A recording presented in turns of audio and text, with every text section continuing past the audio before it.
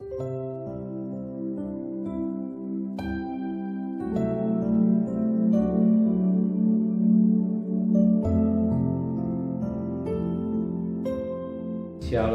pagi bersama tundukkan kepala, pejamkan mata sejenak. Bapa, pagi yang cerah, kami adakan mesbah pribadi, mesbah keluarga. Kami boleh naikkan pujian pada Bapa di surga.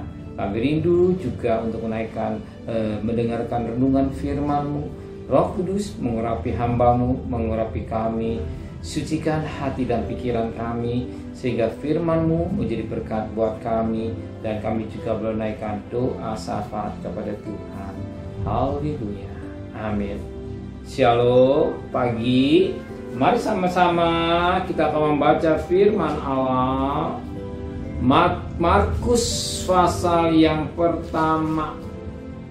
Markus pasal yang pertama, ayat yang ke-14 sampai ayat 15. Markus pasal pertama ayat 14 sampai ayat 15. Yesus tampil di Galilea. Sesudah Yohanes ditangkap, datanglah Yesus ke Galilea memberitakan Injil Allah, katanya. Waktunya telah genap, kerajaan Allah sudah dekat, bertobatlah dan percayalah kepada Injil. Kita lihat ya, perkataan apa disampaikan Yohanes. Selalu dia berkata bertobatlah. Dan hari ini firman Allah berkata pada ayat 15, kata Yesus, waktunya sudah dekat, sudah genap, kerajaan Allah sudah dekat, bertobatlah dan percayalah kepada Injil. Berita disampaikan Yohanes Pembaptis dan disampaikan juga oleh Yesus, sebagaimana ayat katanya, kata Yesus, bertobatlah. Berubahlah pola pikir saudara, berubahlah pola mindset saudara, metanoia, berubah. Tanpa berubah, itu pertobatan yang semu. Tapi yang Tuhan mau pagi hari ini berubah, menjadi pelayan Tuhan, menjadi suami yang bertobat, menjadi istri yang bertobat, menjadi anak-anak yang bertobat. Bukan bertobat karena berdesak makan cabai, tidak, berubah menjadi seorang istri, suami yang baik, yang mengasihi istrinya. Sebagai istri menghormati suaminya, dan anak juga menghormati orang tua, dan menjaga kesucian di dalam air, menjelang kedatangan Tuhan sesudah diambang.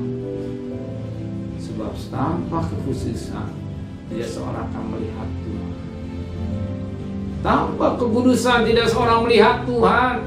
Siapa yang tidak mau ingin bertemu dengan Tuhan? Kalau saudara tidak mau, ada satu yang meredup, itulah iblis, yang membawa manusia ke neraka, bukan untuk manusia tapi untuk malaikat iblis. Kalau dia tidak mau, ada satu yang mengambil hidup yang tidak mau bertobat. Maka bertobatlah, berubah dan percaya pada Injil. Apa kabar kesukaan, kabar keselamatan, kabar kesukaan, kabar keselamatan yang satu yang bisa membawa kita ke surga. Ingat Rasul 4 ayat 12, tidak ada nama yang lain yang kita boleh selamatkan, hanya nama Yesus. Jadi sudah tetap kalau keselamatan diberikan, saya percaya kebutuhan saudara pada hari ini, usaha saudara, pekerjaan saudara, apa yang kau pikirkan hari ini. Kalau saudara kurang hikmat, minta hikmat. Yakobus 1 ayat yang kelima, Yakobus 1 ayat orang kurang hikmat, minta hikmat. Tuhan akan memberikan hikmat. Bagaimana mengatur pekerjaan, mengatur pelayanan, bagaimana mengatur rumah tangga, bagaimana mengatur uang yang sedikit dan cukup. Minta hikmat yang baik. Jangan terkecewa, jangan putus asa. Kalau keselamatan diberikan, dia tahu kebutuhan saudara. Amin. Terima kasih Bapa di surga, buat kasih-Mu yang begitu besar dalam hidup kita. buat cinta-Mu yang besar yang Kau berikan. Biar kami anak-anak-Mu yang bertobat dan sungguh-sungguh menjadi suami istri yang baik, menjadi anak yang menghormat Allah.